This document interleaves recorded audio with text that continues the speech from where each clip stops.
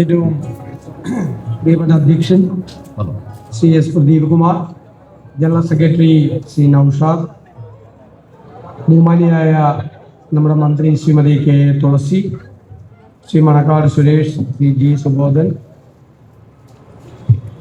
മറ്റ് സംഘടനകളുടെ ഭാരവാഹികൾ, വേദിയിലുള്ള സദസ്സിലുള്ള ഏറ്റവും പ്രിയപ്പെട്ട സഹോദരങ്ങളെ, സുഹൃത്തുക്കളെ, കേരള ഫിനാൻസ് സെക്രട്ടേറിയറ്റ് അസോസിയേഷൻ്റെ 61ാമത് വാർഷിക സമ്മേളനത്തിന് ഞാൻ എല്ലാ ആശംസകളും നന്മകളും നേരുകയാണ്.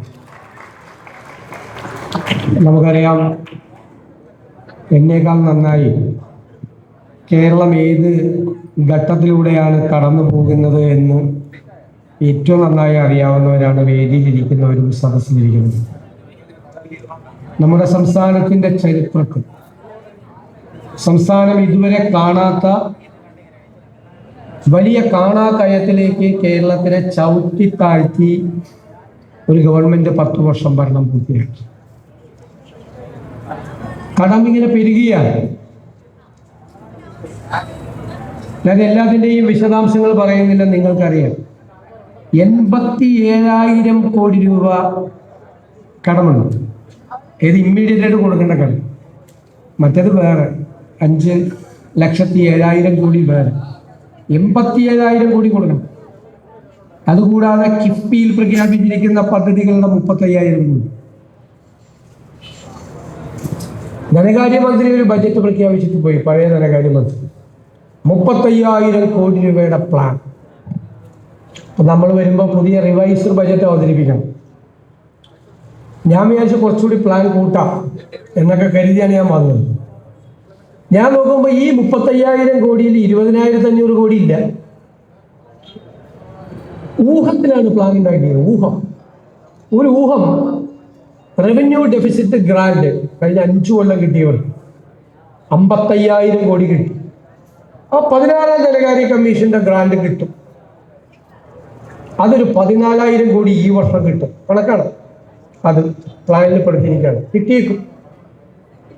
പിന്നെ എന്താണ്, 16ാം ധനകാര്യ കമ്മീഷൻ നമ്മുടെ നികുതി വിഹിതം തരുന്നത് 2.8% ഉയർത്തും.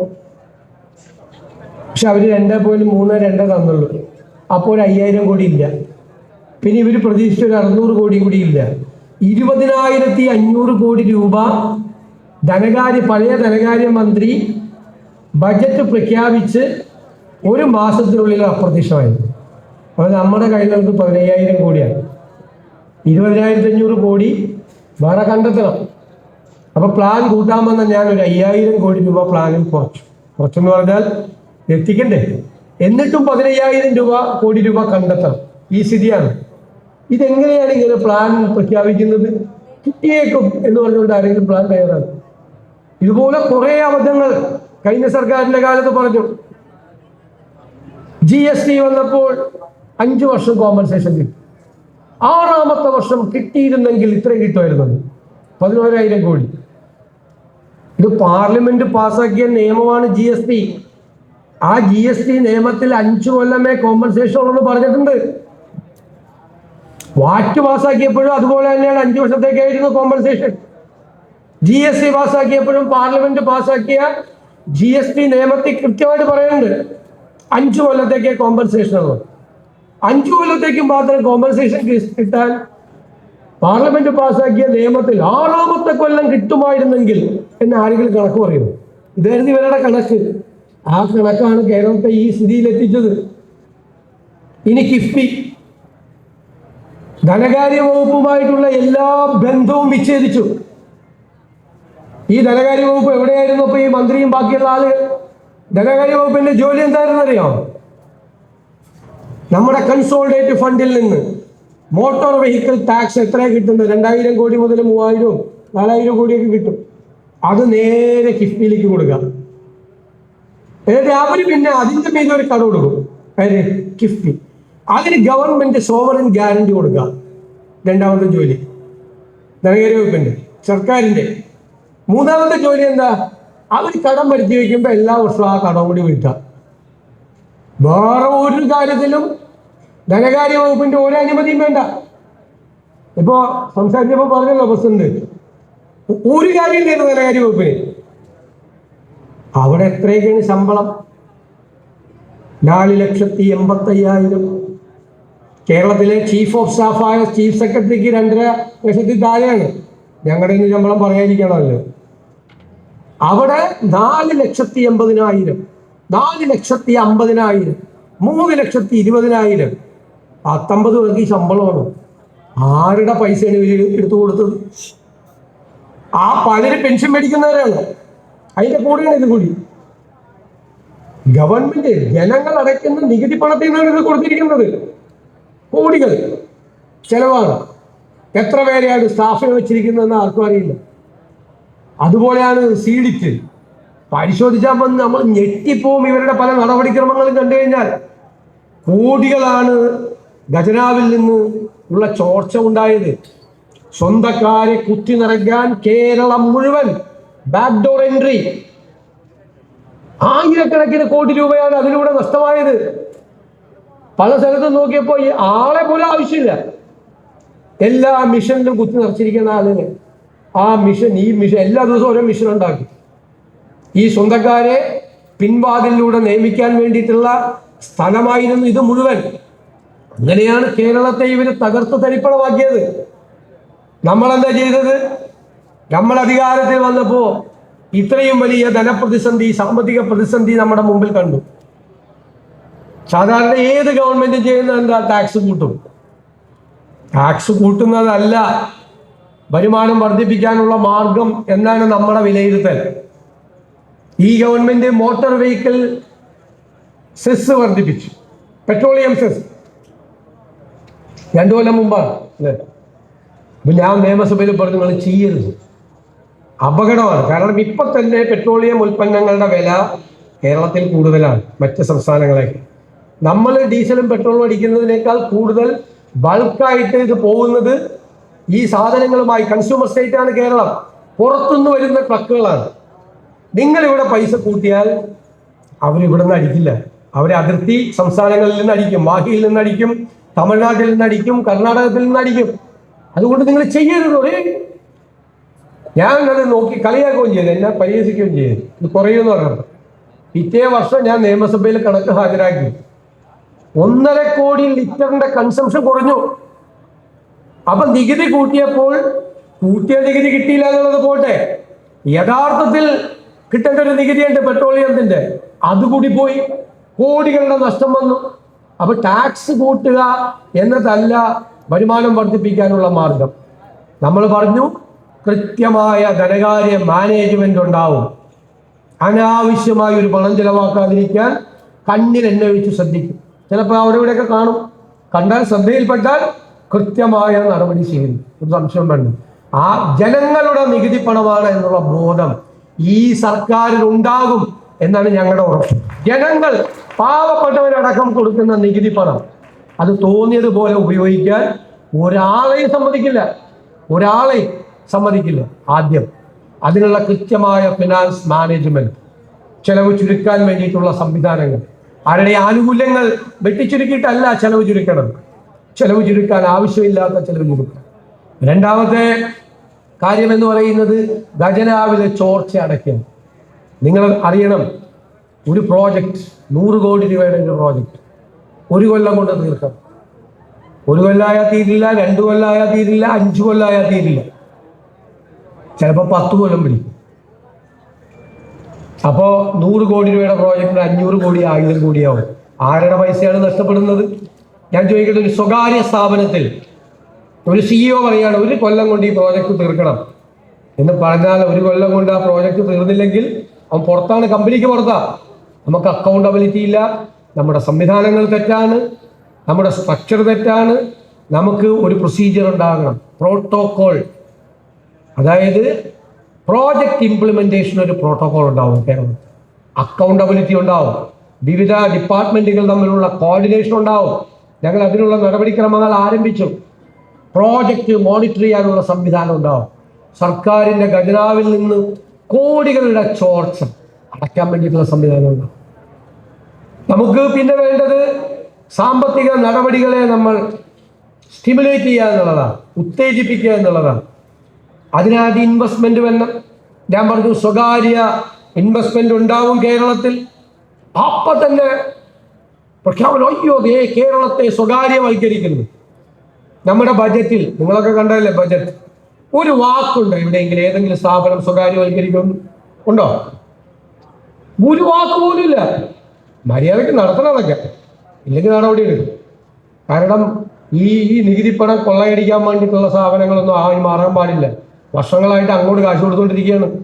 ഈ നികുതിപ്പണത്തിൽ നിന്നാല് ഒക്കെ നന്നാക്കാനുള്ള നടപടികൾ സ്വീകരിക്കും ഗവൺമെന്റ്. സ്വകാര്യ ഇൻവെസ്റ്റ്മെന്റ് എന്ന് പറഞ്ഞപ്പോഴേക്കും എന്തൊരു ബഹളമായിരുന്നു. പിന്നെ ഇവരെന്തിനാ ഇൻവെസ്റ്റേഴ്സ് മീറ്റ് നടത്തിയത്? സ്വകാര്യ ഇൻവെസ്റ്റ്മെന്റ് ഉണ്ടാകും കേരളത്തിൽ, എല്ലാ രംഗങ്ങളിലും ഉണ്ടാകും. അതിന് കേരളത്തിന്റെ പ്രത്യേകതകൾ കണ്ടുള്ള തീരുമാനമാണ് നമ്മൾ എടുത്തിരിക്കുന്നത്. 2 അന്താരാഷ്ട്ര തുറമുഖങ്ങളും ഒരു കണ്ടെയ്നർ ടെർമിനലും 18 മിനി തുറമുഖങ്ങളും 600 കിലോമീറ്റർ കടലുമുള്ള കേരളത്തെ ഇതിനെല്ലാം ഇന്റഗ്രേറ്റ് ചെയ്തൊരു പോർട്ട് സിറ്റിയാക്കി നമ്മൾ മാറ്റും. തൊഴിലവസരങ്ങൾ ഉണ്ടാവും, ഇൻവെസ്റ്റ്മെന്റ് ഉണ്ടാവും. ഒരു ഗവൺമെന്റിനും വരാത്ത ഇൻവെസ്റ്റ്മെന്റ് പ്രപ്പോസൽസ് ആണ് ഈ ഗവൺമെന്റിന്റെ മുമ്പിൽ വന്നിട്ടുള്ളത്. ഞങ്ങൾ ഒന്നും പുറത്തു പറയാത്തത് വെറുതെ വിവാദം ഉണ്ടാക്കി ഇത് കൊലയ്ക്കാൻ വേണ്ടി കുറെ ആളുകൾ നടക്കുന്നുണ്ട്. അവർക്ക് വിട്ടുകൊടുക്കേണ്ടെന്ന് വെച്ചിട്ടാണ്. നോക്കിക്കോ, ഗവൺമെന്റ് എത്രയും പെട്ടെന്ന് ഈ പ്രഖ്യാപിച്ച കാര്യങ്ങളിലുള്ള ഡെലിവറി കൂടി ഗവൺമെന്റിന്റെ ഭാഗത്തു നിന്നുണ്ടാവും. ഒരു സംശയവും വേണ്ട. കേരളത്തെ 4 ഇന്റർനാഷണൽ എയർപോർട്ടുള്ള കേരളത്തെ ഏവിയേഷൻ ഹബ്ബാക്കും. 10,000 MSMEകൾ സ്റ്റാർട്ട് ചെയ്യും. ധാരാളം ഇൻവെസ്റ്റ്മെന്റുകൾ വ്യത്യസ്തമായ മേഖലകളിൽ ഉണ്ടാവും. അപ്പോഴാണ് എക്കണോമിക് ആക്ടിവിറ്റി ഉണ്ടാകുന്നത്. ആ എക്കണോമിക് ആക്ടിവിറ്റി ഉണ്ടായാലേ പണം ഉണ്ടാവും. എൻ്റെ കയ്യിലും നിങ്ങളുടെ കയ്യിലും മൂന്നാമന്റെ കയ്യിലും ഖജനാവിലും ഒക്കെ പണം ഉണ്ടാകണം. പണം എക്സ്ചക്കർ ഫില്ല് ചെയ്യണം. 91-ൽ നമ്മുടെ ഗോൾഡ് കൊണ്ടുപോയി ലണ്ടനിൽ കൊണ്ട് പണയപ്പെട്ടു. റിസർവ് ബാങ്കിൽ ഉണ്ടായിരുന്ന ഗോൾഡ് ഇല്ലേ, അവിടെ നിന്നാണ് ഡോക്ടർ മൻമോഹൻ സിംഗ് അത് ഏറ്റെടുത്തത്, ലിബറലൈസേഷൻ കൊണ്ടുവന്നു.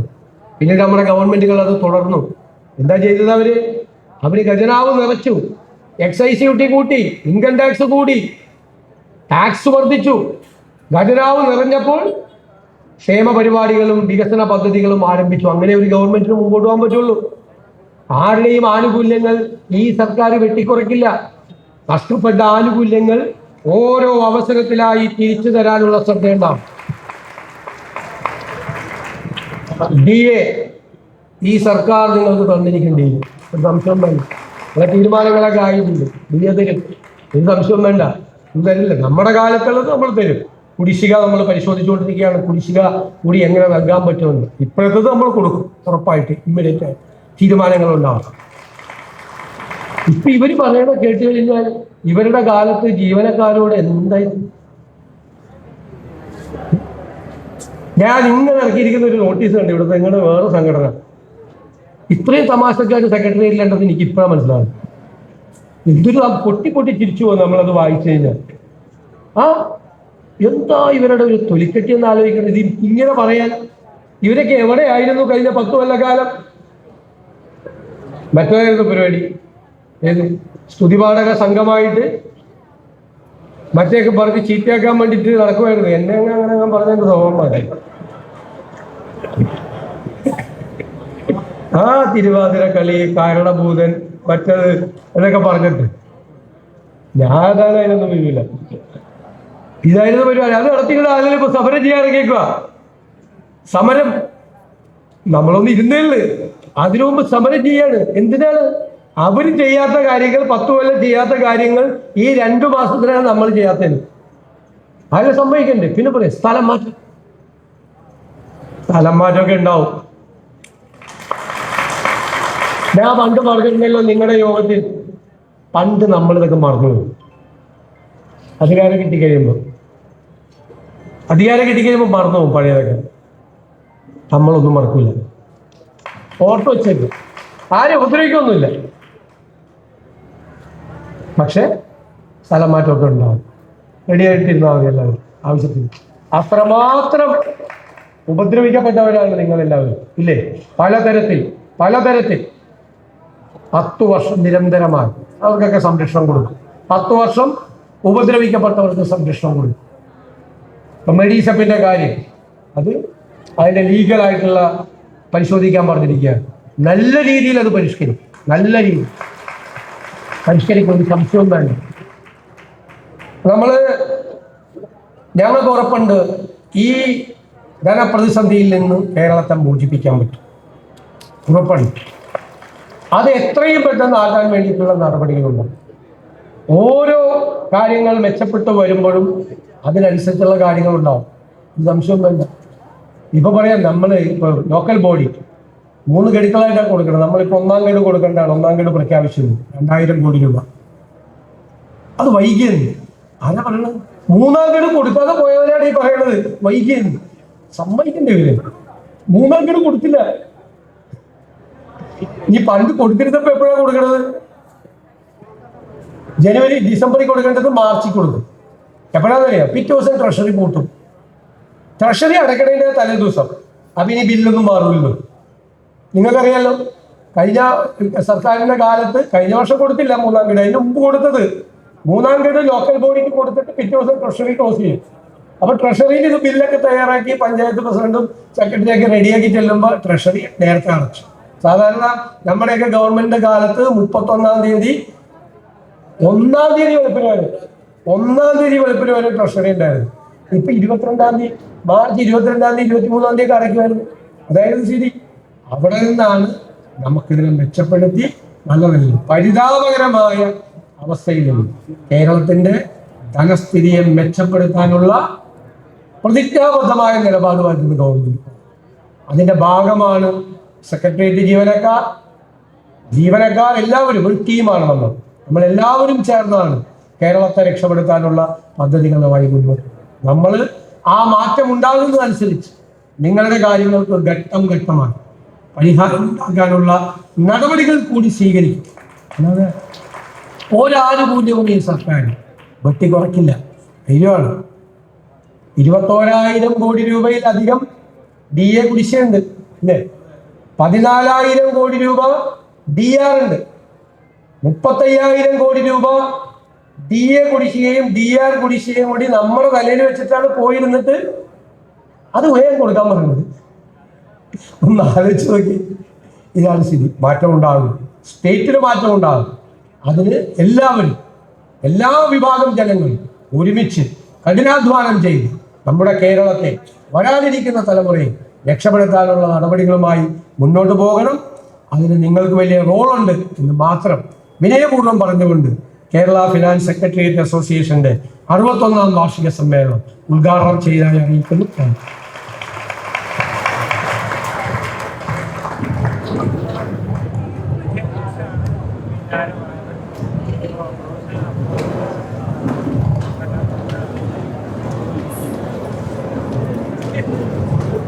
Goodbye.